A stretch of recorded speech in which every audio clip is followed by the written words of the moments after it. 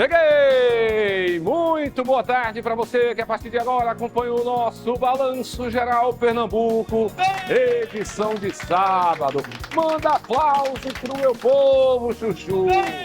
Manda beijos pro meu povo! Seja muito bem-vindo, muito bem-vinda. Começo, claro, pedindo licença para entrar na sua casa com muita informação e muita reflexão. Eu tô na calçada, tocando a campanha, prendo os cachorros. Eu tô entrando, deixa eles entrarem também, joinha. Eu já começo mostrando a história de uma idosa assaltada no bairro de Boa Viagem. Ela está descendo do carro. Vai chegar um outro veículo e um ladrão armado com uma espingarda aborda a vítima. Eu trago também uma história que é para você prestar muito bem atenção. Ataque de abelhas. Para muita gente pode ser um bichinho pequeno, né? Mas que pode provocar a morte. Nesse caso aí, esse suposto ataque que poderia acontecer mobilizou foi um resgate de helicóptero lá em São Lourenço da Mata. Um homem, 45 anos, ele viu um enxame de abelhas vindo para cima, correu, se desequilibrou e caiu de uma ponte, cerca de 6 metros de altura. Daqui a pouco, todos os detalhes para você. A história do secretário de Esportes e Lazer. Ele é secretário, viu? Preso em flagrante por tentativa de feminicídio. A esposa desse homem faz um tratamento contra um câncer. Mesmo assim, ela foi espancada com um bastão e o secretário foi para a cadeia. E as denúncias de negligência médica de 2 famílias contra o Hospital Barão de Lucena. Nessa história, 2 crianças morreram. São pacientes diferentes, de lugares diferentes, mas que infelizmente tiveram o mesmo final. As crianças estão mortas. Fica comigo, o Balanço Geral, edição de sábado, está no ar. Rapaz, entra ano, sai ano, chega final de ano. Infelizmente, nada muda quando o assunto é segurança pública, certo? E hoje no programa eu vou mostrar para vocês vários crimes que se repetem e por que eles se repetem. Deixa eu trazer um vídeo que mostra o momento em que um trabalhador foi atropelado e morreu na Avenida Boa Viagem. E mostramos esse caso, inclusive, aqui no programa. O pessoal estava lá, montando a estrutura de uma feira. E aí, parte da Avenida Boa Viagem foi interditada. Só que o motorista furou o bloqueio onde estava havendo essa montagem aí. Atingiu o trabalhador e foi arremessado para longe. A imagem mostra parte da ação. Para você ter ideia, uma das pernas do trabalhador foi decepada na hora. Corpo para um lado e a perna para o outro. Alex Nunes tinha 25 anos, não resistiu, morreu ainda no local. O motorista que o atropelou tem 19 anos, foi preso em flagrante por homicídio culposo quando não há intenção de matar. Passou por audiência de custódia, teve a prisão em flagrante, convertida em prisão preventiva. E a família não quer que o inquérito seja concluído como homicídio culposo, e sim como homicídio com dolo eventual. Ainda não foi divulgada a causa de um acidente com um ônibus que transportava trabalhadores de uma empresa em Petrolina, no Sertão. Esse ônibus tombou e virou ao lado da pista. Olha a imagem. Isso é na ponte ali do N7, né? No perímetro irrigado Senador. N6, é porque tem 6, 7, 8, 9. Estava até conversando com ele essa semana sobre esses nomes, né? Lá em Petrolina. Mas são canais de irrigação. E este é exatamente o perímetro irrigado Senador Nilo Coelho. As pessoas que estavam lá ajudaram no socorro. De acordo com testemunhas, alguns passageiros ficaram feridos, mas, graças a Deus, ninguém morreu. E passa bem o prefeito de Barreiros, Carlinhos da Pedreira, que fez um pouso de emergência quando sobrevoava de ultraleve a Praia do Cupe, ali em Ipojuca, né? É a Praia do Cupe, aí vem Muro Alto e depois Porto de Galinhas. Olha a imagem que é impressionante, é o vídeo gravado dentro da aeronave, ó.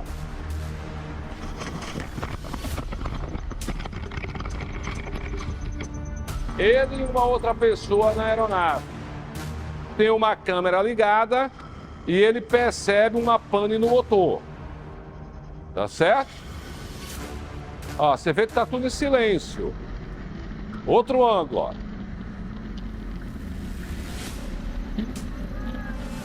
Quando tá caindo, ó.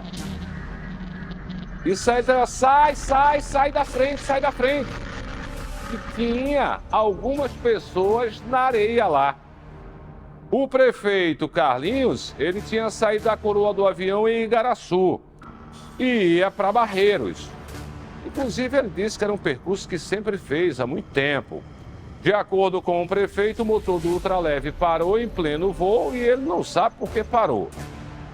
Algumas imagens circularam pelas redes sociais mostrando exatamente a aeronave já na areia. Ó, inclusive esse pessoal estava aí e disse, meu Deus, vai cair, vai cair, vai cair, ó. E quando a pessoa percebe que caiu, sai correndo para prestar socorro lá. Graças a Deus, o prefeito e a pessoa que estava com ele não sofreram nenhum ferimento grave, tá? Agora deixa eu trazer a história de uma professora que é idosa e, inclusive, teve o carro roubado perto de uma escola no bairro de Boa Viagem. A ação toda filmada por uma câmera de segurança na rua José Paraíso. Você vê aí que a vítima estacionou quando está descendo do carro. Chega um outro veículo e desce um criminoso. Olha o detalhe na mãozinha dele. É armado com uma espingarda, né? Ela, inclusive, cerrada. A espingarda é cano longo e alguns vão e serram. Seria uma espingarda calibre 12? Pela imagem não dá para dizer, ó. Mas normalmente é. E ele muito agressivo, apesar de ser uma mulher, apesar de ser idosa, mas ele é agressivo. Pegou a chave e foi embora levando o veículo aí, ó. Tá certo? Uma queixa, boletim de ocorrência prestado na delegacia de Boa Viagem.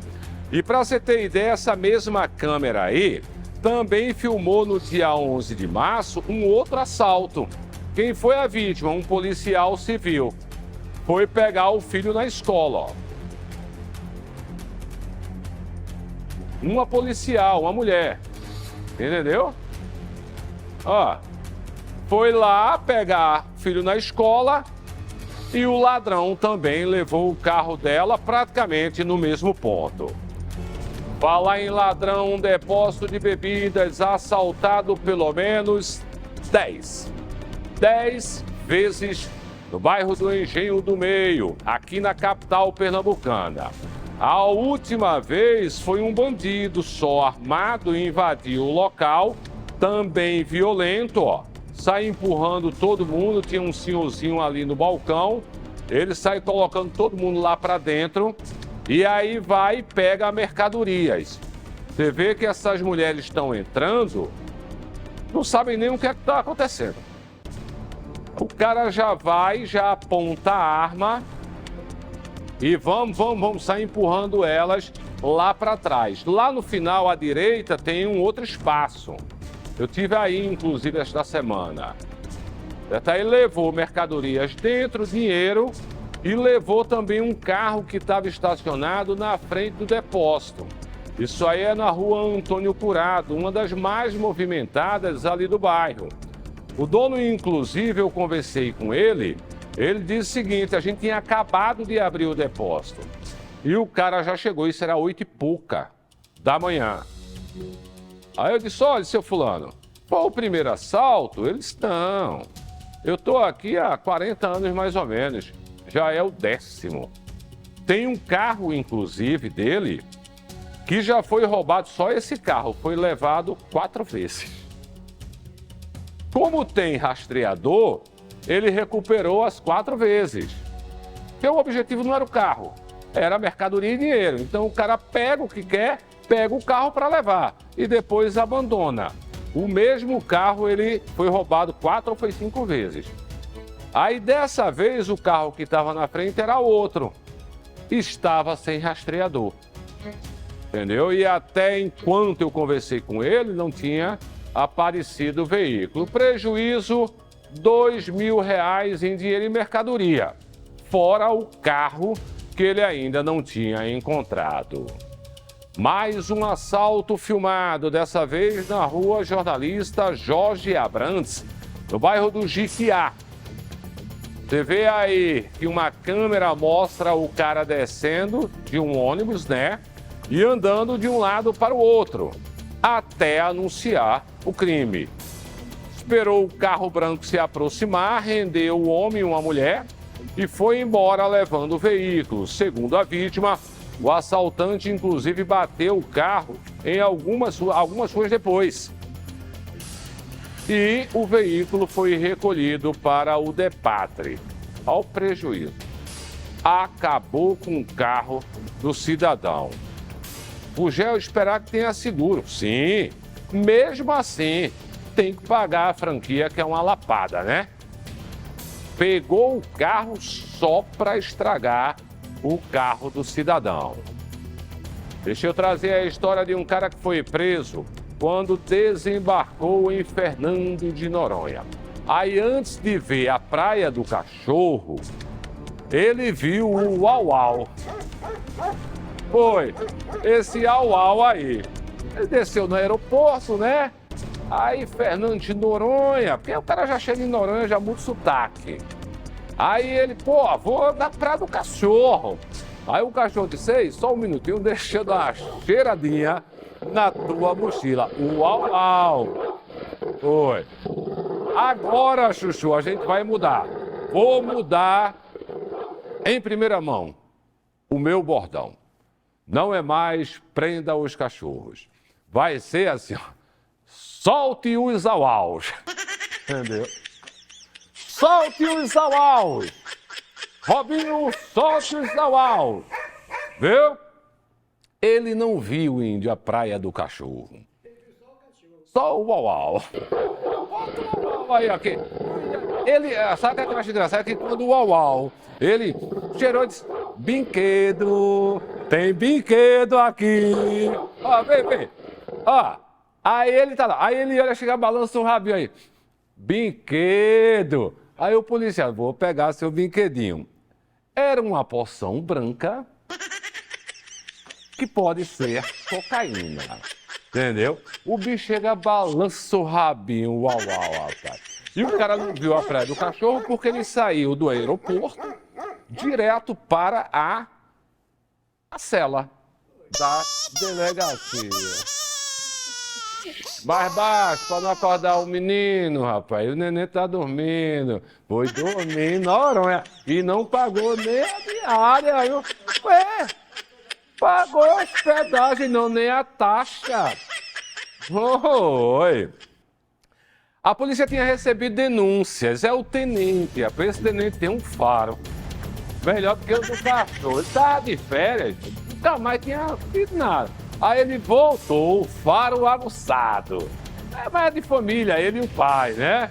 Aí eles receberam denúncia de que esse cara estava lá com droga na bagagem. Aí o cãozinho farejador, o Au Au, foi lá e encontrou, tá certo? E esse material aí, tudo, ó, era... Tu sabe que embalagem é essa, Índio? É aquele talco para chulé. Ele tirou o talco de chulé, né? E botou o pozinho branco para desobstruir o nariz. Ele é muito usado para desobstrução de narinas. É tudo branco, né? Aí o chulé já tava bom, né? Tinha umas freirinhas e tal. Mas assim, aí ele disse, tudo branco, mas ninguém vai se ligar. Mas ele não contava com a astúcia do Au Au, entendeu? Mais de meio quilo de desobstrução do nariz. Cocaína. Translator, cocaína, certo? E ainda tinha 2 celulares, né? Aí esse cara disse que estava transportando a mochila para um morador temporário da ilha. Esse morador também foi localizado, prestou depoimento à polícia. E o cara que desembarcou lá na ilha foi autuado em flagrante por tráfico de drogas, dormiu na cela e não pagou a taxa de visita. A operação da Polícia Militar prendeu drogas e prendeu o gerente do tráfico que estava aterrorizando Jardim Monte Verde, do lado do Recife. Que ali é exatamente o limite, né? Recife e Jaboatão. Mas eu acho que ele não estava só do lado do Recife, né? Que é uma rua só, entendeu? E aí, a nossa equipe conversou com o comandante do 19º Batalhão da Polícia Militar, vê no ar. Uma segunda fase, inclusive, desencadeamos a mesma operação, acho que mais ou menos uns 10 dias atrás, que é sempre, como falei, é um planejamento, né, uma ação cirúrgica onde a gente vai realmente no cerne da questão, onde a gente pode realmente tirar de circulação, prender aquele elemento que está sendo nocivo naquele momento para a comunidade.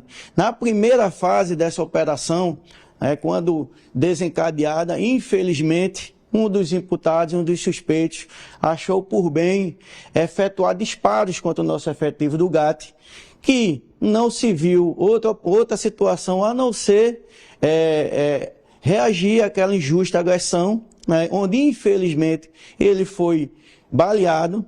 Né, apesar do efetivo cumprir todos os protocolos exigidos para a questão do socorro de urgência do imputado, infelizmente ele veio a óbito. As nossas ações, elas não vão parar nesse sentido, sempre de forma cirúrgica, sempre de forma que a gente possa realmente estabelecer a normalidade por completo entre essas comunidades. Porque a sociedade precisa entender que a gente bate muito forte no tráfico de drogas, porque o tráfico de drogas, ele carrega consigo, né, desencadeia, na verdade, vários outros crimes. A maioria das mortes violentas intencionais, né, no estado, a gente percebe que tem uma ligação com o tráfico de drogas. Então, a partir do momento que a gente age cirurgicamente, de forma planejada, para combater o tráfico de drogas, a gente está diretamente também combatendo os homicídios no estado. E a gente pode ver esse resultado aqui, por exemplo, no 19º Batalhão, onde nós estamos caminhando para fechar o ano com a maior redução de homicídios da história da unidade. Uma unidade, um batalhão que tem 20 anos de existência.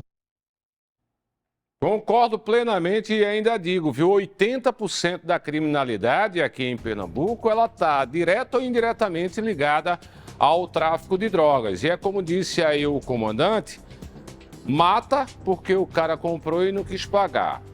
Mata porque é um traficante rival, certo? Então assim, o homicídio ligado ao tráfico.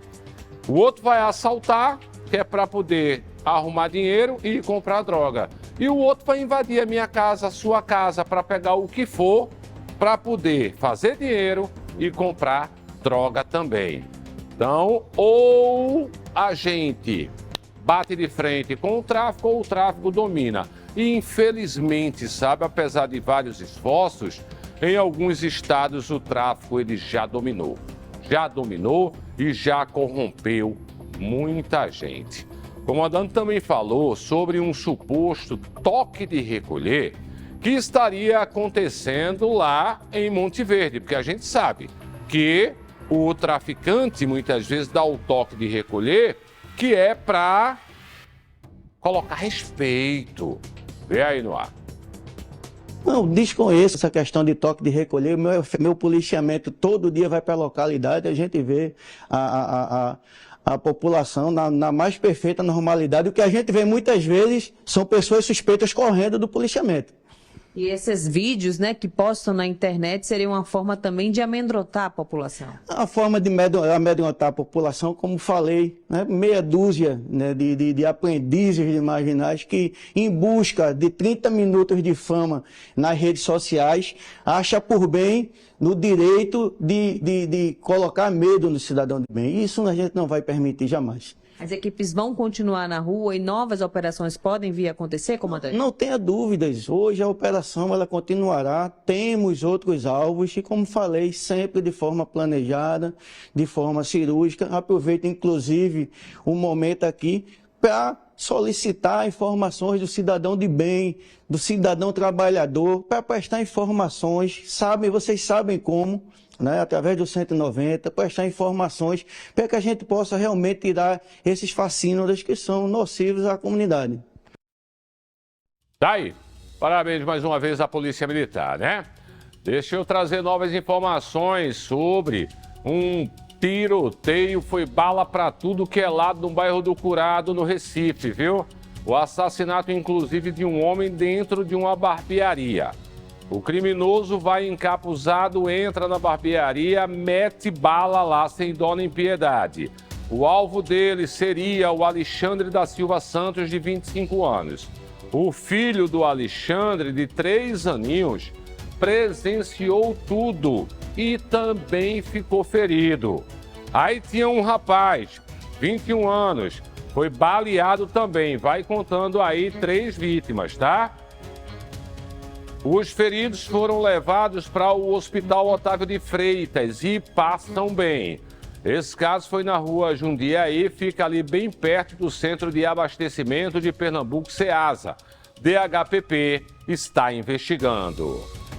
E ainda é um mistério o assassinato de um casal dentro de casa em Moreno, aqui no Grande Recife. Testemunhas disseram que 3 homens armados chegaram no carro, invadiram o imóvel, fica no Alto da Bondade, e meteram bala. As vítimas identificadas como Tiago Araújo, 40 anos, e Janaína Manuela Batista, de 50. A mulher estava sentada na sala e com o telefone na mão. Os criminosos atiraram primeiro nela. Janaína morreu deitada no sofá. O Tiago tentou fugir pelos fundos da casa, mas foi alcançado e morto também com vários tiros na cabeça. As mortes podem estar relacionadas ao tráfico de drogas e é o que o comandante do 19º acabou de falar, a relação, outros crimes com o tráfico de drogas. E 2 jovens foram baleados depois de uma partida de futebol no bairro da Iputinga, aqui na capital pernambucana. Eles estavam lá, se confraternizando com outros amigos lá na comunidade do Caiara. Testemunhas disseram que foram surpreendidos lá, né, por 3 homens em 2 motos. E no local, muitas marcas de tiro no portão, na parede, tá certo? Por tudo que era canto. Foram pelo menos 8 tiros que o povo ouviu na comunidade. Os 2 jovens, 18 e 19 anos. Um deles foi atingido na perna e no braço e o outro no abdômen. Eles foram levados para hospitais e passam bem. Polícia investigando a autoria e motivação. As vítimas não teriam envolvimento com a criminalidade. É enterrado o corpo do jovem Guilherme Luiz da Silva Araújo, 20 anos de idade. Não sei se você percebeu, mas essas 3 últimas notícias tratam de duplo homicídio, de tentativa de duplo homicídio e ferindo várias pessoas inocentes. E essa agora, a do Guilherme, de 20 anos de idade, é mais um caso de inocentes baleados sem ter nada a ver com a história. O Guilherme, morto durante uma troca de tiros. Aí a Emily Mirella, 19 anos, também foi baleada e morreu. Guilherme de um lado, Emily do outro. Os dois sem ter nada a ver com a história. Esse duplo homicídio foi no bairro da Torre, tá certo? A mãe do Guilherme, inclusive, falou sobre os sonhos do filho, pedindo justiça, porque, como eu disse, chegaram pessoas armadas, saíram atirando lá e mataram 2 pessoas inocentes. Eu tenho a reportagem, põe no ar. Eu peço justiça pelo Guilherme, porque meu filho não era nada disso que o povo está pensando. Meu filho era um cidadão, apenas ele só tinha 20 anos de idade e estava correndo atrás do sonho dele de enfermagem, de ser perito e tirar o sonho do meu filho. Eu não consigo acreditar nessa tragédia que aconteceu logo com quem? Guilherme, eu te amo, meu filho. Volta, meu filho, eu tô sentindo uma dor muito grande, e eu quero justiça pro Guilherme. Eu vou lutar até o fim, mas eu quero justiça pro Guilherme. Como é que a senhora pode escrever o Guilherme? Guilherme, o legado de Guilherme é um menino muito bom. Terminou os estudos dele. Com 17 anos, ele já tinha terminado os estudos dele. Estava estudando para enfermagem. Ia ser enfermeiro, depois ele queria ser perito. Ele passava dias e noites na televisão assistindo.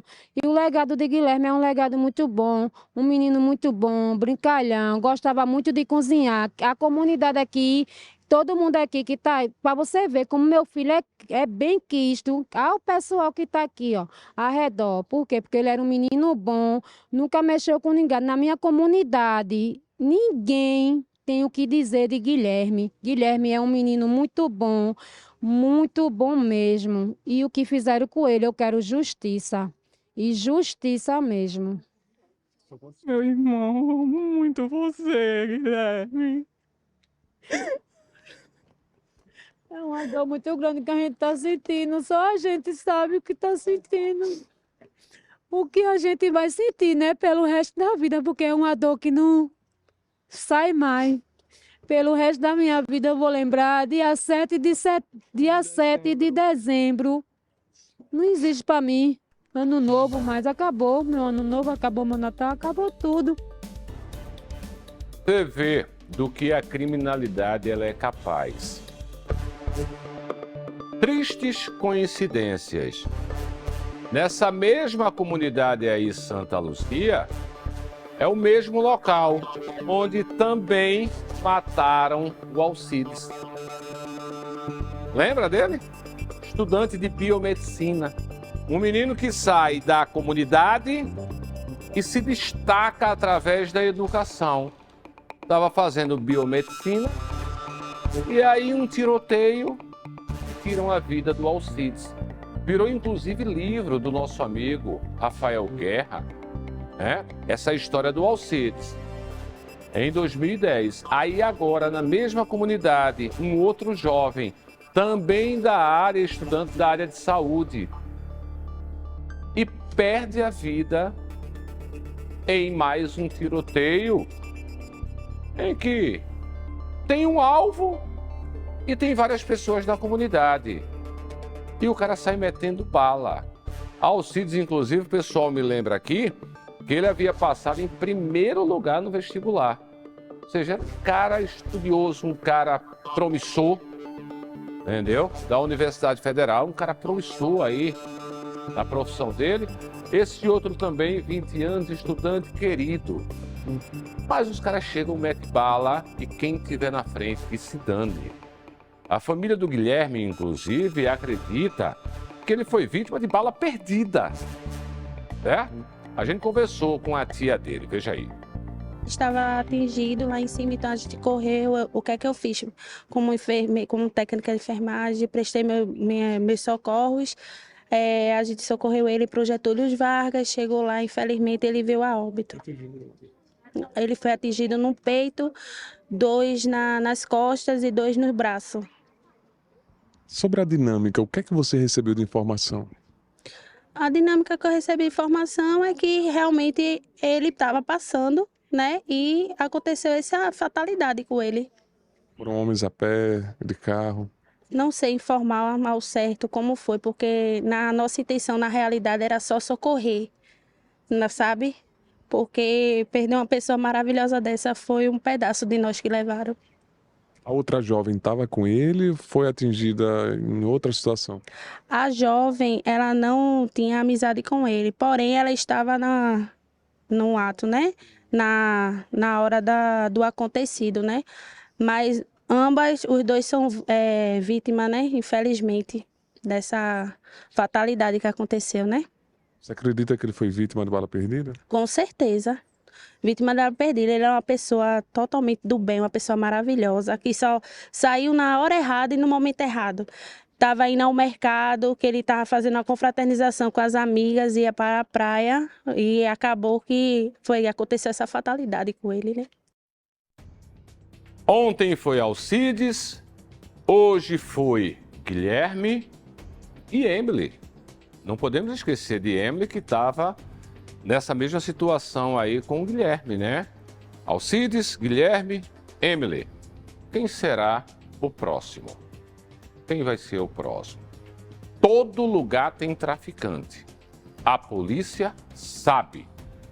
E a pergunta que eu faço é: por que não acabamos? Talvez eu seja a resposta e você em casa também. Deixa eu trazer um ataque de abelhas que terminou mobilizando o resgate de helicóptero em São Lourenço da Mata. De acordo com o SAMU, um homem de 45 anos fugiu das abelhas, passou numa ponte, se desequilibrou e caiu, uma altura de 6 metros. Aí a Polícia Rodoviária Federal esteve no local, acionou o resgate aéreo. O helicóptero levou 7 minutos para chegar no campo do quartel do Derby, no centro do Recife. De lá, a vítima, que teve fratura no braço e sentia dores no peito e no abdômen, foi levada de ambulância para o Hospital da Restauração, onde recebeu atendimento. O estado de saúde do paciente não foi divulgado. Um homem morreu depois de ser atingido por uma viga no bairro da Várzea, aqui no Recife. A vítima, 30 anos, trabalhava na construção de um galpão e estava perto de largar do serviço quando o acidente aconteceu. De acordo com o Corpo de Bombeiros, o jovem estava no topo de uma escada, aí a estrutura desabou. Assim que ele caiu, uma parte do concreto dessa estrutura da viga caiu em cima dele. Infelizmente, esse trabalhador morreu na hora. Cachorro morreu eletrocutado depois de passar perto de um poste que estaria vazando eletricidade no Parque das Esculturas, no Recife. Esse vídeo, publicado nas redes sociais, mostra o cachorro morto lá em meio aos fios, bem na via de acesso a um dos pontos turísticos mais conhecidos da capital pernambucana. É uma imagem, inclusive, que repercutiu e muito na internet e que deixa parte da população com medo. No local, as pessoas reclamam do risco de choques elétricos. Ao longo da via é fácil encontrar pontos com a fiação lá exposta, tá certo? E esse problema não é de hoje, é antigo. Segundo as pessoas que frequentam lá o local, já levaram foi as estátuas de Brenan todinha. Aí recupera. Aí levam tudo de novo, quebram. E fio aí é boia. A Prefeitura do Recife informou que a energia foi desligada, né, para manutenção lá, tá não sei o que mais lá. Aí, como é que se diz? Uma equipe da Enlurb foi até o local, retirou a possibilidade de risco. De acordo com a Prefeitura, a tampa da caixa de passagem foi removida, provavelmente por vandalismo e tentativa de furto. No Parque das Esculturas, as atividades permanecem normais e o cachorro, o pobrezinho que perdeu a vida. Secretário de Esportes e Lazer de Calumbi, no sertão do estado, Numeriano Luiz de Sá, 64 anos, foi preso em flagrante por tentativa de feminicídio. Olha o secretário aí. Foi aqui no Recife, tá? Ele é secretário de lá, mas estava aqui. Ele é sargento reformado da Polícia Militar. Testemunhas disseram, inclusive, que ele espancou a esposa usando o quê? Um bastão. Aí a mulher tem 45 anos. Faz, inclusive, tratamento contra um câncer. Ela foi levada por vizinhos para um hospital particular. A prisão ocorreu num apartamento da família que fica na Rua da Aurora, no bairro de Santo Amaro. O Tribunal de Justiça de Pernambuco converteu a prisão em flagrante em prisão preventiva. E o secretário de Esportes e Lazer está no cotel. Lá deve ter futebol, viu, secretário? Vai bater uma bolinha lá? Soube jogar bastão na mulher, né? Pronto, vai agora bater uma bolinha aí. Seus colegas de cela, seus colegas de pavilhão A contra o pavilhão G. O cara pegar um bastão, meter na mulher, rapaz. Entendeu? E eu sempre digo aqui, ó, tem algumas coisas que tiram a criança da marginalidade. É esporte, é religião, certo? É estudo. Aí vê que exemplo de esporte e lazer, pegar o bastão e meter na mulher, inclusive, que faz o tratamento contra um câncer. Pronto, vai bater uma bolinha agora no hotel, né? E uma jovem de Petrolina, no sertão, que estava desaparecida, foi encontrada morta em uma área de mata em Teresina, lá na capital do Piauí. De acordo com as investigações, o corpo teria sido queimado depois dela ter sido contratada para um programa sexual e não ter recebido o pagamento. Tá? A gente conversou com a polícia, põe no ar. O que nós ouvimos aqui dos indivíduos que confessaram aqui a ocorrência desses fatos aqui para nós hoje no Departamento de Homicídios, teria sido pela questão de quem chamou ela para fazer um programa, parece que não teria o dinheiro para pagar. Certo. Né? Segundo, teria essa questão também de não ter como pagar a moça, e aí teria gerado uma discussão. Segundo um dos indivíduos aqui ouvidos, que é quem teria realmente esganado ela, né, que assumiu para si essa parte aí mais efetiva do crime, ele teria dito que ela, inclusive, teria se manifestado no sentido de que ia chamar algumas pessoas para pegar ele, em razão dele não ter pago o programa ou ter chamado ela e não ter dinheiro para pagar. Sim. Né? E aí ele foi e acabou esganando ela, primeiro com o mata-leão, estrangulamento, depois com o fio. Saíram em conjunto os dois indivíduos, né? Pararam num posto de combustíveis, adquiriram combustível, levaram até o local ermo lá, no meio da chapada, no meio da mata, e lá atearam fogo ao corpo da vítima. O veículo utilizado para levar o corpo dela até o local onde ele foi ocultado é um veículo de um terceiro que não tem participação com o crime. Esse terceiro arranjou um veículo para eles, mas só 2 participaram da empreitada criminosa. O pai de Emily Yasmin esteve no Instituto de Medicina Legal, lá em Teresina, no Piauí, para fazer o exame de DNA necessário para o reconhecimento do corpo, para você ter ideia de como o corpo dessa jovem ficou. A família, inclusive, espera agora que esse caso não seja esquecido, né? Vê aí. Buscar a minha filha de uma maneira que jamais um pai queria chegar a um ponto desse. Pior viagem da minha vida, ter vindo reconhecer, no caso, uma situação dessa. Fiz todos os exames, mas vai ter a angústia ainda de a gente vai ter de esperar entre 10 e 15 dias para saber realmente, eles liberarem o corpo de minha filha para eu fazer o velório dela. A alçada encontrada seria mesmo dela, de acordo com a investigação? O que foi que a autoridade policial conversou com o senhor a respeito desse caso? Eles conversaram comigo da investigação, só apontava eles dois, por causa das pessoas que apontou foi o Uber que estava com ela, né? Que levou, uma das pessoas que cooperou bem com eles foi esse Uber, que ele pegou a minha filha, já ia levar para casa, e no meio do caminho eles mudaram essa rota, que ela tinha pedido a ele para levar para esse endereço.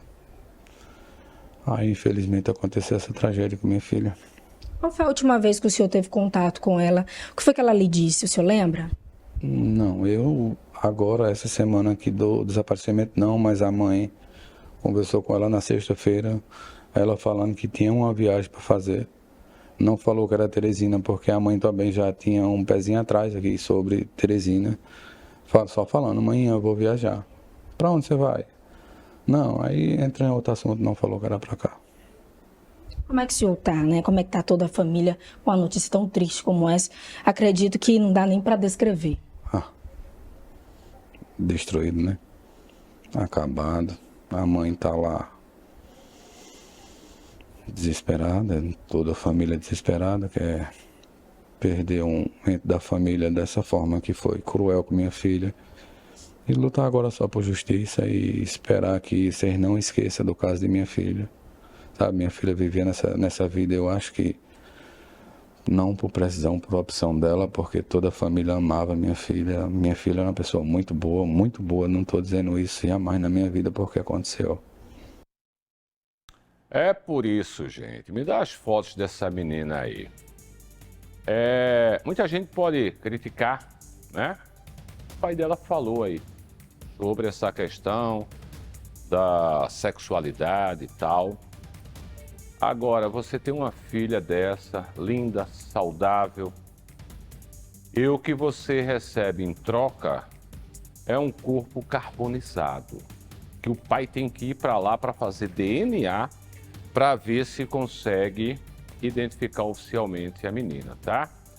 É por isso, gente, eu não estou dizendo que é certo, não sou irresponsável, mas já falei tantas vezes aqui sobre a questão do conflito social e quando não há punição, as pessoas, a sociedade entra em conflito.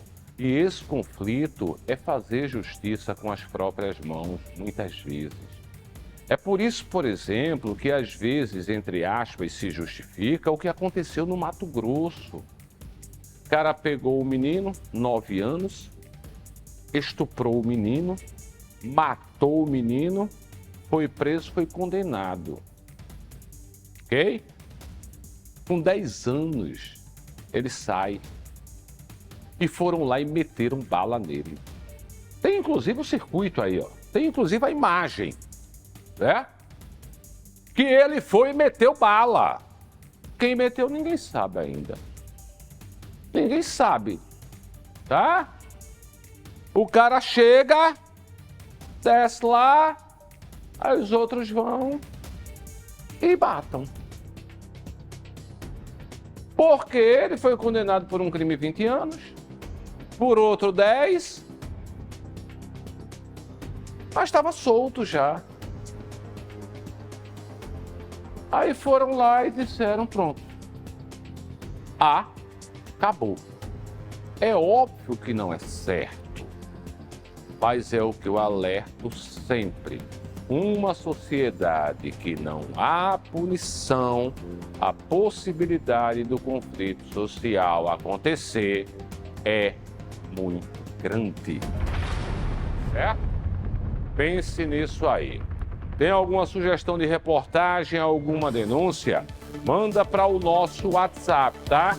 994064455. Você manda mensagem, manda áudio, manda foto, manda vídeo, só não atende ligação. Quer falar comigo? Fala aí pelo meu Instagram, @WashingtonGugel. Você vai lá, me segue, manda a tua mensagem que eu vou olhar e vou te responder. Aproveita que sábado, né? Tá acompanhando nosso balanço? Vai. Ganha. Essa. Eita! Cadê? Cadê? Vem cá. Por acaso não corta a minha cabeça, se eu sou um pouquinho grande. Rapaz! E eu vou mostrar pra Índio, pra ele ficar com inveja. Índio! Eu só vou tirar com joinha, viu? Vou tirar com joinha, viu? Toma de tua palhaçada. Pega aqui, pelo amor de Cristo. Isso é montagem, gente. Fake news, viu? E ainda hoje no programa eu vou trazer o caso denúncia de negligência médica, na verdade, denúncias de duas famílias. No Hospital Barão de Lucena, aqui no Recife, o resultado é que 2 bebês morreram. Entendeu? Eles morreram. Já eu trago a reportagem completa para você. Antes, você sabe que daqui a pouquinho tem o Roberto Nascimento e o Super Bancada. Fala, Robertão! Fala, Gugel! Alô, amigos do Balanço Geral do Sábado. Daqui a pouquinho, 10:02, a gente chega na nossa TV Guararapes com o nosso Super Bancada. Aí vai ter resenha com o Diogão da Bola, é o cara. Vai participar aqui do programa, responder perguntas, aí tudo do esporte, do Náutico, do Santos, novidades. Tem muita resenha. Se liga, 10:02, a gente chega aqui na nossa TV Guararapes Record. Até lá. Valeu, Gugel!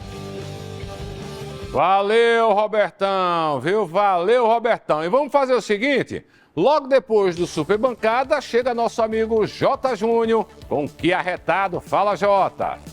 Fala, Gugel! Boa tarde, Neide. Passando aqui para lembrar você que daqui a pouquinho, 2h10 da tarde, tem Que Arretado, tá muito bacana. A gente vai mostrar os bastidores da gravação do DVD da Andriele Souza com Solange Almeida, Priscila Senna. Tem também um bate-papo muito bacana com MC Tuba. Isso e muito mais, você não pode perder. Até já. Valeu, Jota! E minha gente, é o seguinte, o Natal na Exposende é ainda mais especial. A loja da família nordestina, se sabe, tem opção para todo mundo e as grandes marcas que você só encontra na Exposende. Confere comigo. Já chegou o Natal, temos de presente. Seu sapato novo tá aqui na Exposende.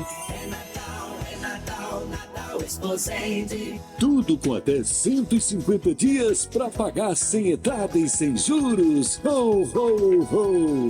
É Natal, Natal Exposende. Sempre presente na vida da gente.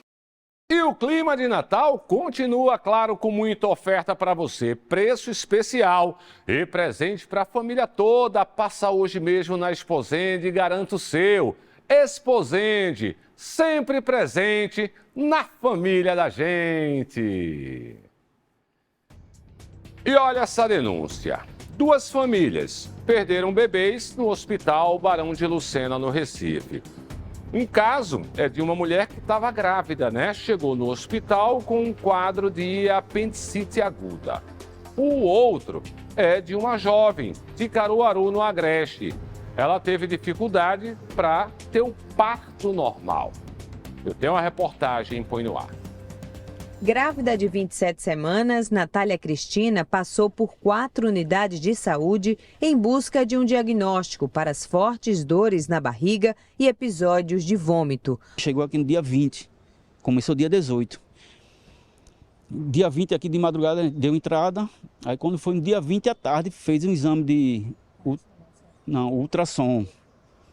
Ultrassom que foi detectado líquido estranho no abdômen. No Hospital Barão de Lucena, a operadora de caixa teria piorado o quadro de saúde. 6 dias depois, foi levada à sala de cirurgia, onde recebeu o diagnóstico de apendicite aguda e foi submetida também a uma cesárea de emergência. O bebê, Luiz Gael, nasceu prematuro, ficou na UTI e morreu 7 dias depois. Abriram a barriga dela, tinha muito pus, fez a cesárea de urgência. A criança ficou, Luiz Gael ficou internado, entubado por 7 dias, Natália também ficou entubada. E isso foi uma negligência, porque se tivessem resolvido antes, não estava nesse resultado o que aconteceu agora. Natália passou 3 dias na UTI, depois foi transferida para a enfermaria, onde está em tratamento pós-operatório. A dor de ter perdido o filho também é compartilhada por Jonas e Sabrina. Aos 19 anos, grávida de 40 semanas, a jovem entrou em trabalho de parto e foi encaminhada de uma unidade de saúde de Caruaru para cá. Mas a filha, Maite Lins, não resistiu e morreu ainda na barriga da mãe. Só mediram a pressão, botaram ela na maca e até então eles queriam que minha esposa tivesse um parto normal. Só que ela veio de lá da maternidade com 40 centímetros de dilatação, 4 centímetros quer dizer. Chegou aqui, ela manteve o mesmo quadro. E só que eu vi que ela estava mexendo tipo anormal. E aí elas veio, aí mediu, viu o coraçãozinho batendo. Quando foi 7 horas da manhã, minha esposa tinha uma dor muito forte na barriga. Aí elas correram para ver o coraçãozinho da criança, para ver se estava normal. Só que parou, não escutou mais o coraçãozinho. Aí eu me desesperei. Aí elas foram tirar um ultrassom. Quando foi tirar o ultrassom, viram que a minha criança, nossa filha, estava em óbito. Pensei que eu ia morrer, foi por pouco. Eu não quero que nenhuma passe, porque eu sei o que eu passei e não desejo para ninguém. Agora as famílias pretendem levar o caso ao Ministério Público. A gente fica à mercê do descaso que está a saúde em Pernambuco. O que eu puder fazer, eu vou fazer, porque tipo, a justiça da terra, não foi Deus que vai ser feita. Vamos lá. Em nota, o Hospital Barão de Lucena informou que a paciente Natália chegou ao hospital com apendicite aguda complicada com peritonite, que é uma inflamação. É inflamação. Esse nome aí, que eu quase não consigo dizer. Durante o atendimento cirúrgico, foi preciso realizar a cesárea de emergência. Ela já teve alta hospitalar. Sobre o caso de Sabrina, o Barão de Lucena disse que ela deu entrada na unidade no dia 27 de novembro, recebeu todos os cuidados assistenciais por parte da equipe multidisciplinar da unidade dentro do centro obstétrico e a realização de todos os procedimentos laboratoriais, de imagem, indicados conforme sua condição clínica. Durante as avaliações, foi constatada a ausência de batimentos cardíacos fetais e a paciente foi submetida a uma cesariana de urgência na referida unidade em menos de 24 horas da admissão. No pós-parto, necessitou de internamento em UTI para monitoração especializada. Durante o acompanhamento, foi identificada a necessidade de nova abordagem cirúrgica, realizada no dia 28 de novembro. Ela também já recebeu alta. Alguém aí sabe como foi que as crianças morreram? Também. Continuo sem saber. A certeza que eu tenho é que aqui em Pernambuco, metade dos médicos são tratados como deuses e metades como semideuses. No sentido do seguinte, eu tenho muito respeito pela categoria, tá? Não é uma questão contra médico, mas é uma questão de eles nunca erram. Eu quero ver qual é o dia na história da humanidade que eu vou receber uma nota dizendo: nós estamos investigando o procedimento médico. Nós concluímos que houve um erro médico. E eu já disse várias vezes, só tem um médico aqui que eu tenho conhecimento na história da humanidade que foi punido, que foi um Lade Paulista. Não existe erro médico em Pernambuco. A criança morre, a mãe morre, o pai morre, ninguém erra. E eu não estou avaliando se houve ou não nesse caso aí, não sou perito.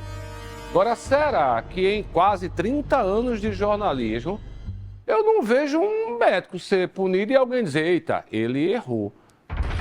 Porque, joinha, você já errou, já na sua profissão, já errou, índio? Já errei. Giba já errou, não já? Todo mundo erra. Todo mundo erra, menos os médicos. Entendeu? Assim, eu queria entender. porque realmente morre e nunca há nenhum indício de que houve uma falha. A palavra quem quiser dar sua opinião, viu? Deixa eu trazer novas informações sobre o caso da garota Esté. É outra coisa terrível, aquela menininha de 4 anos é encontrada morta dentro de uma cacimba lá em São Lourenço da Mata. Crime que aconteceu em outubro, deste ano. 2 pessoas foram indiciadas. Fernando Santos de Brito, 31 anos. E o Wilma Ferreira, 33.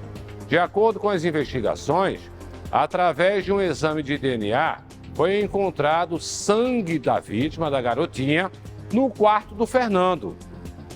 Tá? O que foi considerado aí uma prova importante na apuração do crime.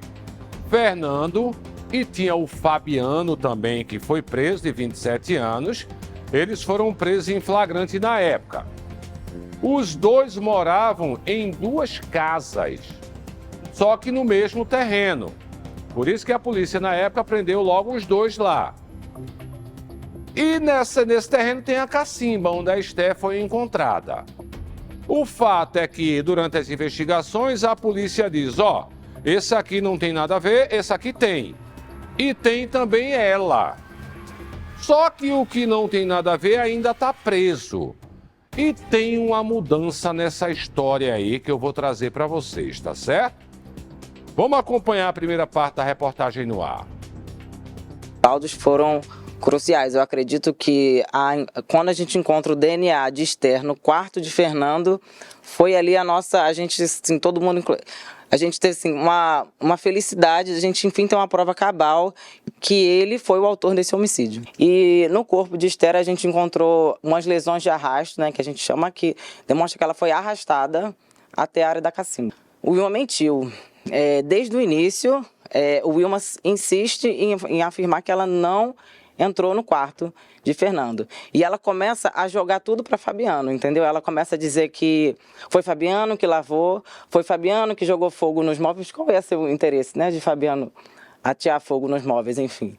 E aí, essa conduta dela, e as pessoas viram, a gente conseguiu uma testemunha que ela ofereceu a geladeira de Fernando, e por 7 da noite, ou seja, após o cometimento do crime, quando ela está começando a se desfazer dos móveis, o Wilma se desfaz dos móveis e ajuda Fernando a sair dali, por um Uber, enfim. Ele vai para a casa da mãe dela.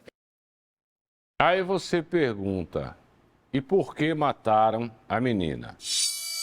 Ainda é um mistério, tá? Tanto a Wilma quanto o Fernando, eles ainda negam participação na morte da Esther. Eles não assumem crime. Por mais que a polícia disse, foi você e foi você. Eles dizem, não fui eu não, fui eu não. Esse inquérito, inclusive, ele já foi encaminhado para o Ministério Público, certo? Apesar disso, a Polícia Civil continua em diligências para localizar a mulher que estaria com o Fernando na noite do crime, ou seja, teria uma terceira pessoa.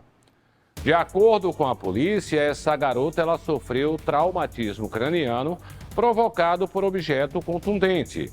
O laudo pericial constatou, inclusive, que não houve violência sexual, certo? Também foi descartada a hipótese da realização de algum ritual religioso. A delegada optou por não indiciar o Fabiano pelo crime. Vê no ar. Fabiano, ele foi muito coerente nos 2 depoimentos dele, que isso também é muito importante, porque a gente sempre, o depoimento que a pessoa dá, a gente fica correlacionando com outros elementos de prova. Então, o Fabiano, ele não estava em casa. Fabiano saiu de casa para trabalhar por volta de 3h40 da manhã. Ele vai para a casa de uma amiga, ele pede uma moto Uber. Isso tudo ficam registros, Registros de prova que ajudaram, na situação de Fabiano. Então, ele só chega em casa por volta das 6 horas. Então, a hora que ele chega, fatalmente tudo já tinha ocorrido. Pelos meus indícios, os meus elementos de investigação, Fabiano não teve o dolo de ocultar o cadáver quando ele ajudou o Wilma a lavar o quarto. Aí tem algumas questões, tá? Porque o Ministério Público de Pernambuco, ele devolveu o inquérito para a Polícia Civil pedindo mais diligências. Isso não significa que o inquérito não foi bem feito, tá? É porque, às vezes, o promotor, ele recebe ali e analisa, rapaz, era bom ter isso aqui também, porque fica mais robusto, é mais difícil de o cara dizer que não foi ele. Então, devolve, a polícia faz novas diligências, tenta chegar nesse ponto aí que a promotoria entende ser melhor e, durante o julgamento, fica mais difícil de absolver, certo? É mais fácil condenar. Agora, a gente tem que ver também que o Fabiano está preso ainda, viu? Se ele não tem nada a ver, não foi indiciado, tem que soltar, gente. O cara está preso esse tempo todinho, no mínimo aí mais de 30 dias. Então, se ele não tem nada a ver, solta e vai atrás dessa outra mulher aí que teria participado direto ou indiretamente, como disse a delegada. E ainda hoje no programa você vai ver, gente, a despedida de familiares e amigos de uma estudante que foi assassinada pelo ex-marido em Cajueiro Seco, Jaboatão. Um dos crimes bárbaros que Pernambuco, infelizmente, registra toda semana. Mas a entrevista da irmã dessa moça aí, essa é a Priscila, que foi morta pelo marido. Deixou 6 filhos. 5 são do cara. E ele matou a mulher na frente de 2 filhos. A menina pedindo, não faz isso com minha mãe não, faz isso com minha mãe não. E ele fazendo, certo? Matou. Eu, inclusive, conversei com a Paloma, que é a irmã da Priscila Sadaí. Essa mulher estava destruída, destruída. Você vai acompanhar todos os detalhes comigo, tá? Antes, vamos ver os destaques, porque você sabe que domingo, 8 da manhã, tem um Notícias do Campo. Fala, meu amigo Jonas. Alô, Gugel, na edição deste domingo a gente vai falar sobre a vaca mais cara do mundo. Ela chega a custar mais de 50 milhões de reais. Nossa equipe também vai falar sobre a produção de queijo no estado. Pernambuco produz cerca de 3,5 milhões de litros de leite por dia e um projeto visa potencializar o escoamento dessa produção.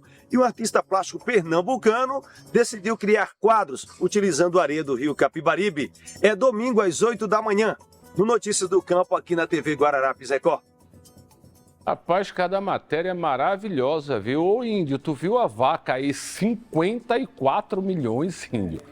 Se eu te der uma vaca dessa, aliás, se tu arrumar uma vaca dessa e matar para um churrasco, a gente te mata, Índio. 54 milhões, viu? Aí, Índio, o cara pega uma bebida destilada, 100 anos, aí o cara toma feito um gole, uma lapada, né? Não mata essa vaca para churrasco não, viu? Daqui a pouco tem mais para você. Vem pra cá, tá cansado de ameaças e busca e apreensão ou ligações de cobrança?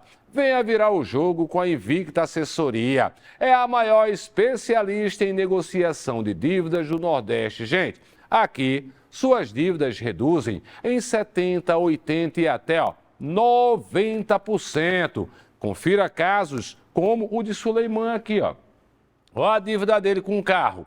43 mil reais estava lá devendo do Centra. Aí ele foi, chamou a Invicta, o que acontece? Pagou apenas 10 mil reais, uma redução de 77%. Cadê o Marcos? Estava aí, com dor de cabeça. Dívida no cartão de crédito de quase 9 mil reais. Pagou apenas R$ 1.800, uma economia de 80%. Nosso time é formado por mais de 70 especialistas e eles são imbatíveis na hora de negociar e, claro, garantir as melhores condições para você. Vamos combinar aqui, você vai fazer uma ligação, tá certo? 3201-9176, pode ligar agora, vai mudar a tua vida. Quer ligar não? Mais fácil, o WhatsApp aqui, ó, 99234-9408. Você vai mandar, oi, eu quero, tenho interesse. Você vai ver, vai mudar a tua vida, tá certo? Deixa que a Invicta cuida aí de tudo para você. Invicta Assessoria, a solução perfeita para suas dívidas.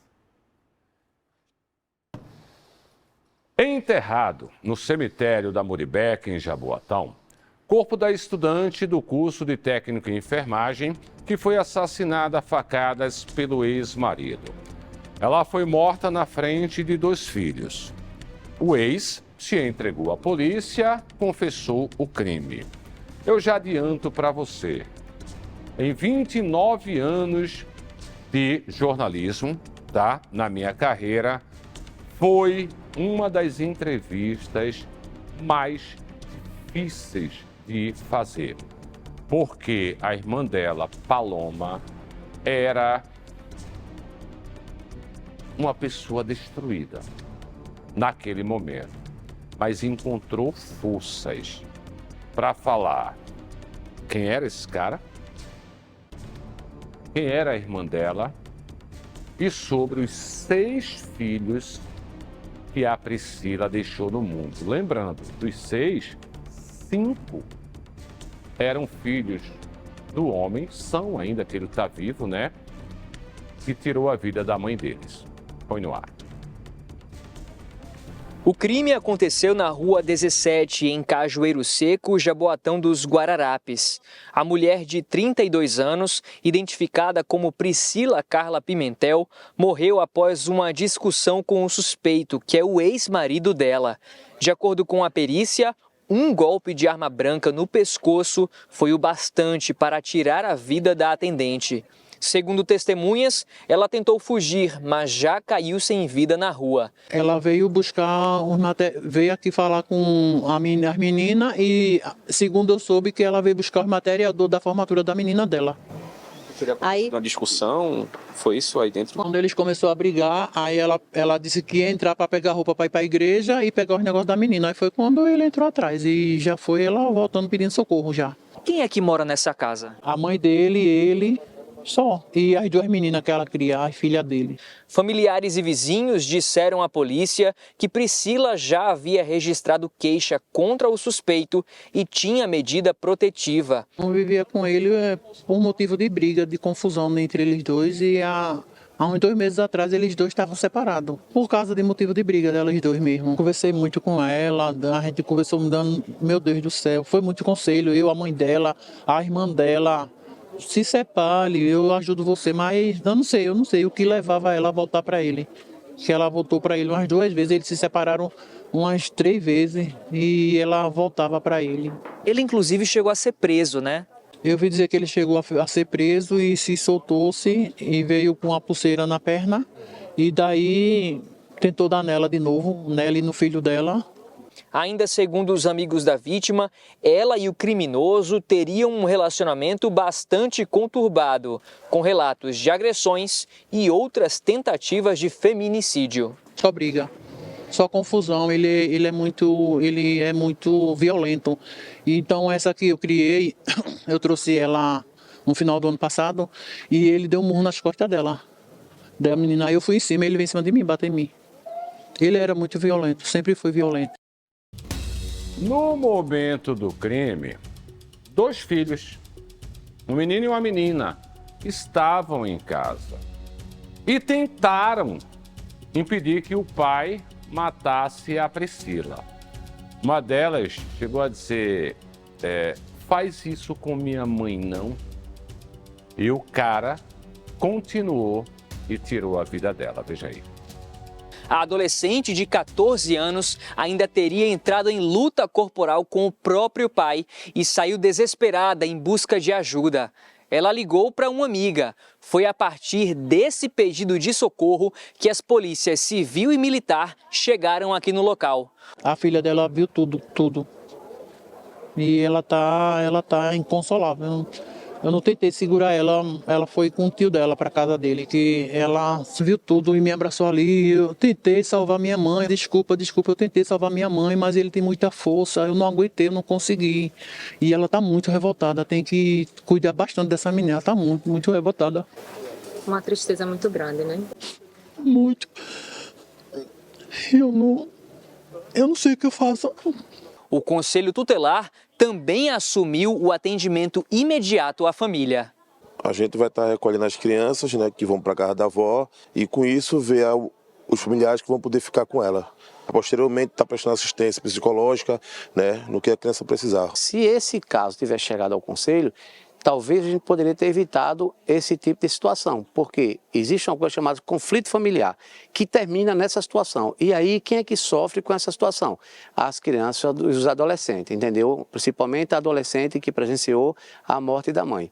O que é que acontece? A partir de agora, a gente vai ter que fazer um trabalho bem minucioso com esses adolescentes, com essas crianças, para que a gente possa, né, tentar amenizar um pouco o sofrimento deles. Depois do crime, o homem seguiu até o Fórum de Jaboatão dos Guararapes e confessou o feminicídio. O efetivo de segurança do local acionou a polícia militar, que conduziu o suspeito ao Departamento de Homicídios e Proteção à Pessoa, o DHPP, no bairro do Cordeiro, onde ficou à disposição das autoridades. A arma do crime ainda não foi localizada. A Polícia Civil segue investigando o caso. A imagem dele na delegacia, você vê, né, como ele está arrependido, como ele está transtornado, né? Cara tranquila, de quem acabou de matar a mãe de 5 filhos dele. Inclusive, eu estive no cemitério, que é o Parque da Paz, lá na Muribeca, em Jaboatão, e acompanhei, né, o velório, sabe? Foram amigas do curso de técnica de enfermagem. A mãe, o tempo todo lá, acariciando a filha como se não acreditasse. E teve um momento que chegaram os filhos dela, né? E aí pegaram a menininha, quando ela viu a mãe no caixão. Gente, é de arrepiar, tá? De arrepiar. Eu estava com o Fábio Costa, cinegrafista, um profissional ímpar, ser humano maravilhoso. Ele é muito ligado à criança. Tem inclusive uma filhinha. Ele assim é louco, para você ter ideia, de ser avô e tal. E ele não aguentou, ele desabou. Desabou no... Que é como eu digo, por trás de um jornalista tem um ser humano. E a dor dessa família não é uma dor só dela, é uma dor de qualquer outra pessoa que a acompanhou. Veja no ar. A mãe permaneceu o tempo todo ao lado do caixão. Ela parecia não acreditar. Colegas do curso de técnico em enfermagem também foram se despedir. A emoção estava no rosto de cada um. O abraço era uma forma de tentar diminuir a dor. Dor representada também por outro sentimento. Revolta pelo que aconteceu, porque ela era uma mulher, ela era uma mãe, ela era uma amiga. Priscila foi morta a facadas no bairro de Cajueiro Seco, também em Jaboatão. O crime foi praticado na frente de 2 filhos da vítima. Eles ainda tentaram conter o pai, mas não conseguiram. Paloma é irmã de Priscila. Foi ela quem esteve no Instituto de Medicina Legal para liberar o corpo. Estava destruída, mas encontrou forças para falar sobre o momento em que recebeu a notícia. Minha prima liga para mim. Paloma, Robinho, tá batendo na tua irmã de novo. Eu disse, eu tô indo.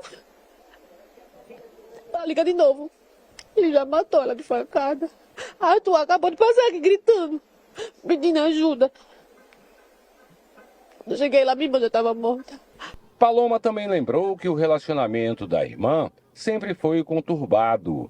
Foram 17 anos de convivência. Há 6 meses estavam separados, mas José Robson Santos da Silva, de 34 anos, não aceitava. O casal tinha 5 filhos. A mais velha, de 16 anos, que, segundo a tia, já teria sido ameaçada pelo pai com uma faca quando estava grávida. Antes de ser morta, Priscila organizava uma rifa. O objetivo, comprar um vestido para a formatura da filha mais nova. A minha irmã não foi lá pra ficar com ele. A minha irmã só queria terminar de ajeitar o sonho dela. Ela só queria formar a filhinha dela de 6 anos. Ela só queria ter o direito de comprar o vestido de formatura. E ele, no auge da droga, não aceitava a separação. Fez a fatalidade com a minha irmã na frente dos 2 filhos. filho dela pedia por socorro. Não faz isso não, não mata minha mãe não. Por favor, não mata minha mãe não. Ele não ligou. Após o crime, Robson se apresentou no Fórum de Jaboatão. De lá, foi encaminhado para o Departamento de Homicídios e Proteção à Pessoa, o DHPP, onde confessou o feminicídio. A arma usada na morte de Priscila não foi encontrada. Em audiência de custódia, a prisão em flagrante foi convertida em prisão preventiva. De acordo com o Tribunal de Justiça de Pernambuco, depois de passar por audiência de custódia, José Robson Santos teve a prisão em flagrante convertida em preventiva, foi encaminhado para o Cotel. Com as mudanças na lei, feminicídio vai de 20 a 40 anos. Pelas qualificadoras aí, sei lá, não dá chance de defesa à vítima, talvez, essa daí. Homicídio qualificado ou até duplamente qualificado, caso o Ministério Público entenda, esse cara pode ser condenado a 20 e poucos anos. Entendeu? 20 e poucos anos. Pela experiência que a gente tem aqui de homicídios, normalmente é 20 e poucos anos. Até feminicídio. Obviamente que a gente ainda vai ter julgamento com base na nova lei, com a nova pena de 20 a 40, porque os que a gente está tendo foram crimes praticados antes da lei. E aí é pela lei antiga, de 12 a 30. Mas vamos lá que com essa mudança ele chegue aí a 30 anos.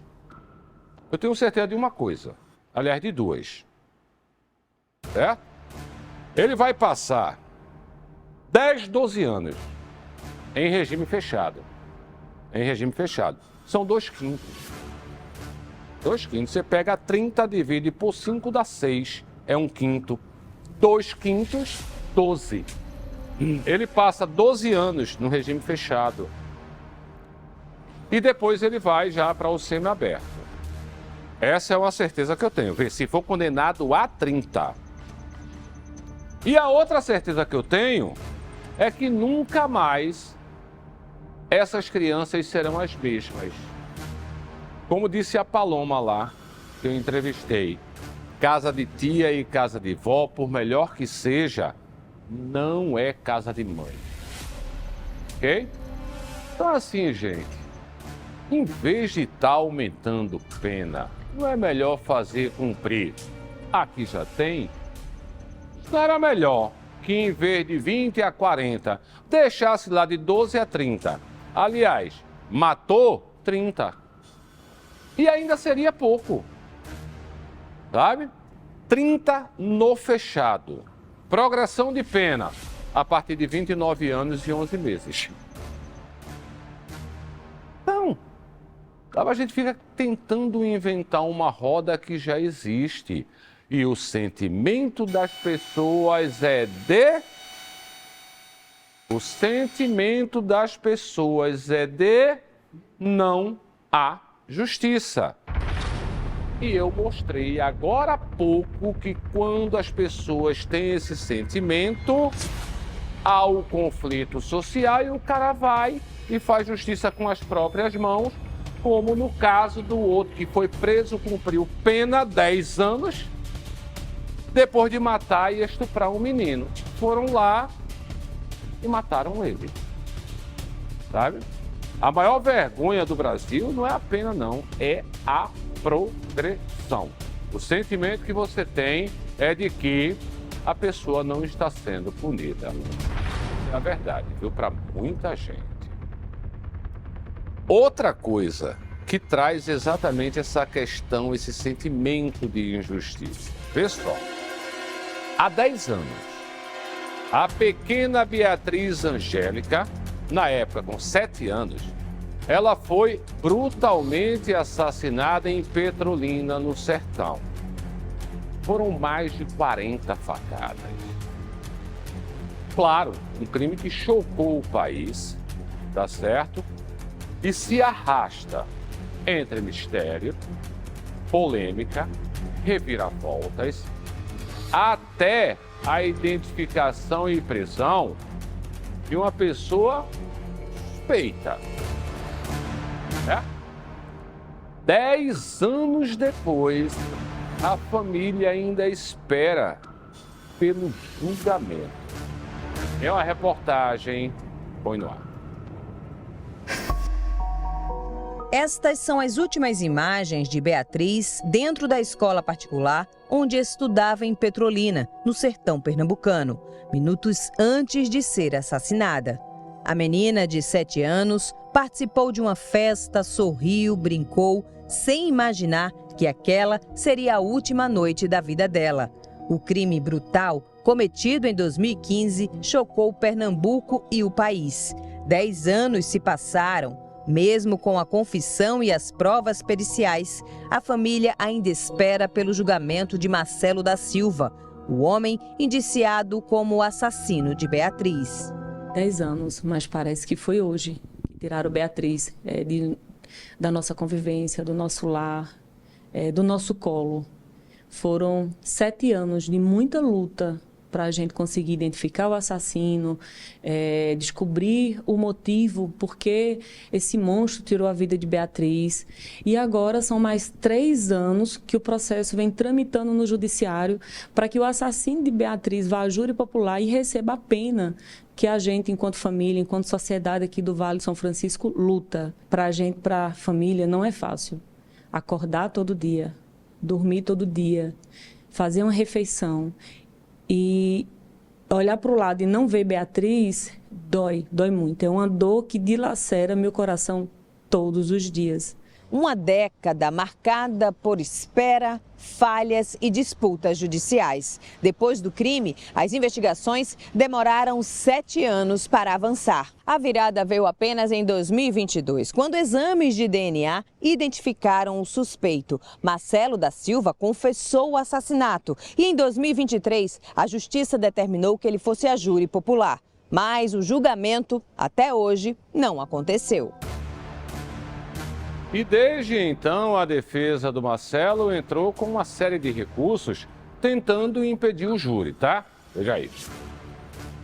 Mesmo com parte das tentativas negadas, novos pedidos seguem sendo feitos. Só depois de serem analisados é que a justiça vai decidir se mantém ou não o julgamento de Marcelo. A vara criminal de Petrolina pronunciou Marcelo da Silva por entender que existem indícios de autoria e prova da materialidade do fato.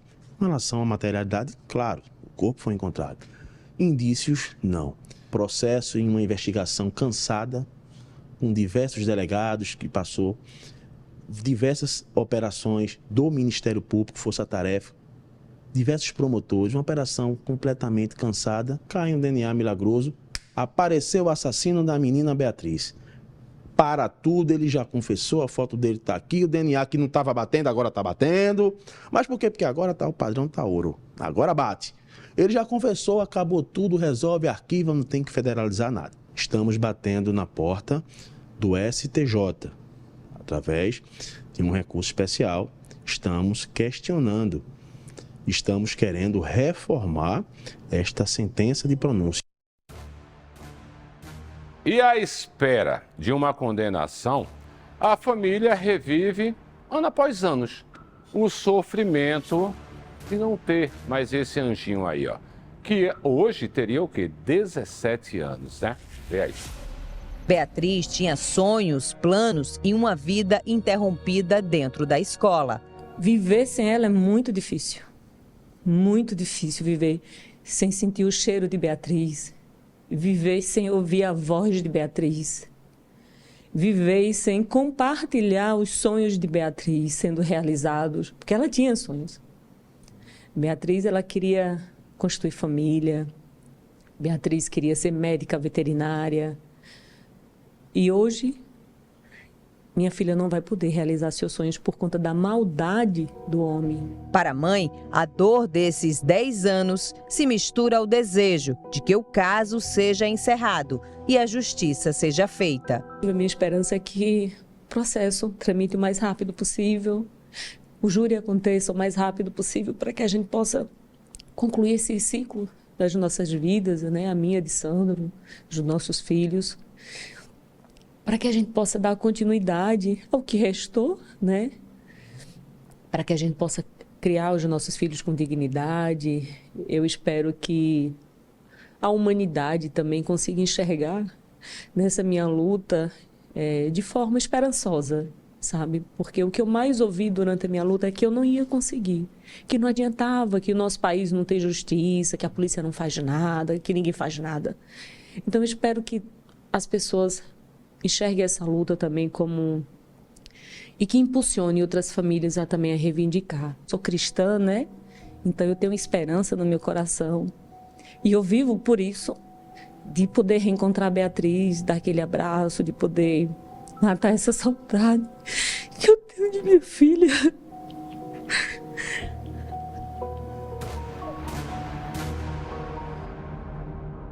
Nós entramos em contato com o Tribunal de Justiça de Pernambuco e, através de uma nota, informou não haver admitido o recurso especial da defesa. Por isso, a defesa interpôs um agravo em recurso especial, que é um pedido para que o Superior Tribunal de Justiça reveja essa decisão e decida se o recurso deve ou não ser analisado.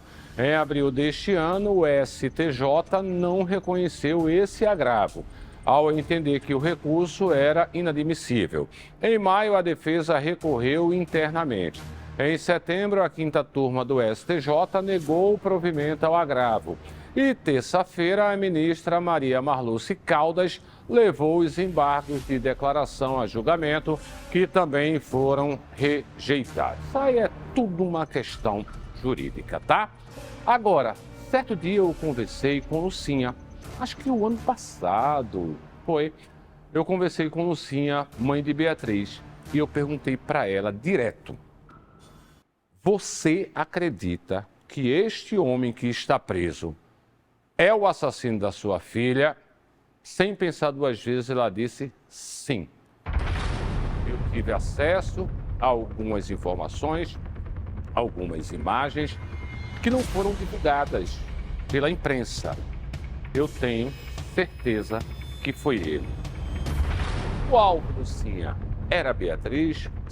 Não. Ele é um pedófilo, palavras que a gente conversou. Ele é um pedófilo e ali qualquer criança que estivesse ali seria morta. A Beatriz. Lucinha acredita que foi ele.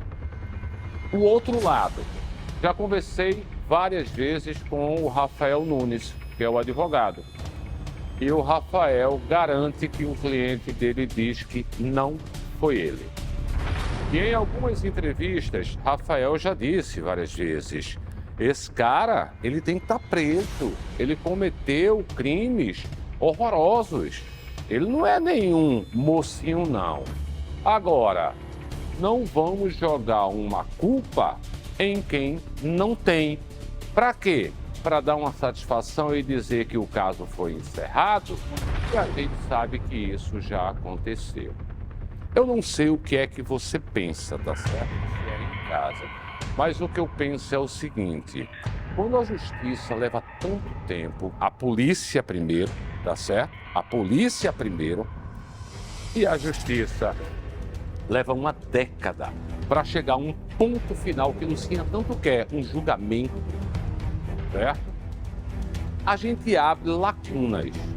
E até hoje, por exemplo, quem acompanhou o caso Serrambi tem dúvida que os bombeiros eram de fato suspeitos, se foram eles que mataram ou se foram bodes expiatórios naquela história. Eu tenho que apontar alguém, tanto que eles foram absolvidos, no caso Serrambi.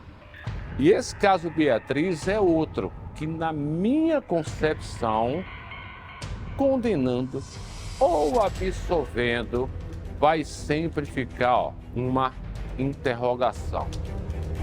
Foi ele mesmo? O que é que eu quero dizer com isso? a gente precisa ter uma polícia mais bem preparada. A gente precisa ter uma justiça com uma estrutura muito melhor, principalmente com mais rapidez. Rapidez para poder dar uma resposta à sociedade que a gente possa dizer assim: eu acredito nesse resultado. E a interrogação vai continuar nesses dois que eu citei e em muitos outros casos, tá? Eu trazer mais um flagrante de violência no bairro de Boa Viagem. Bandido de bicicleta, rapaz, assaltando um pedestre e levando a aliança da vítima. Crime que aconteceu na rua Professor Júlio Ferreira de Melo. A vítima ainda ofereceu o celular, mas o criminoso não quis não, viu? Só quero a aliança. Vê que bandido legal. Até o momento, esse cara ainda não foi encontrado e não é o primeiro, viu? Já fiz uns 2 casos aí que o cara já chega só quero a aliança, tá? Só quero a aliança. Tem alguma sugestão de reportagem, denúncia, manda para o WhatsApp da gente, tá certo? Tá aí na sua tela, você manda a sua denúncia.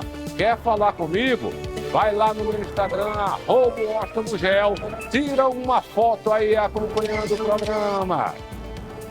Tira a tua foto, me marca, manda, que eu vou postar agora no meu Instagram, tá bom? Deixa eu falar agora de uma nova modalidade de crime. É o bandido que furtou um carro, estava lá estacionado, não ligou o veículo para não incomodar ninguém à noite, e aí ele encosta o dele na traseira e sai empurrando.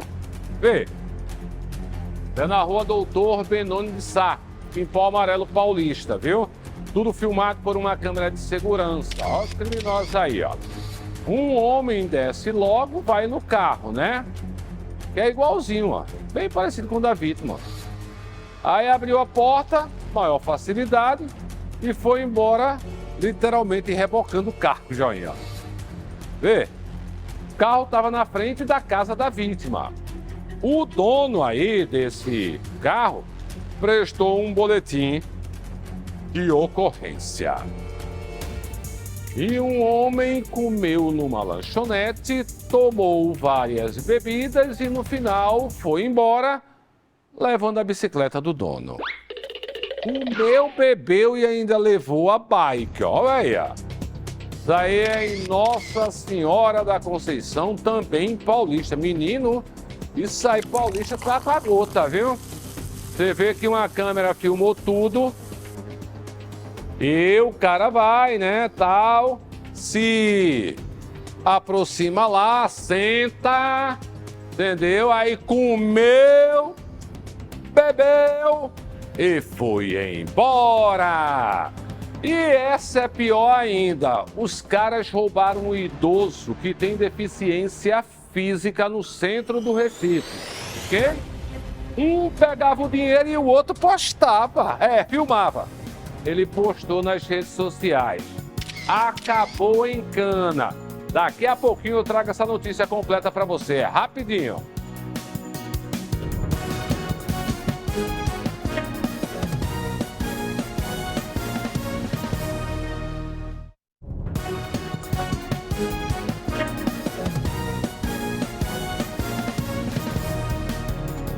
De volta com o nosso Balanço Geral Pernambuco, edição de sábado, agradecendo sempre a Papai do Céu e a sua companhia. Agora vê que imagem, rapaz. Um idoso tem deficiência física, foi assaltado no centro do Recife.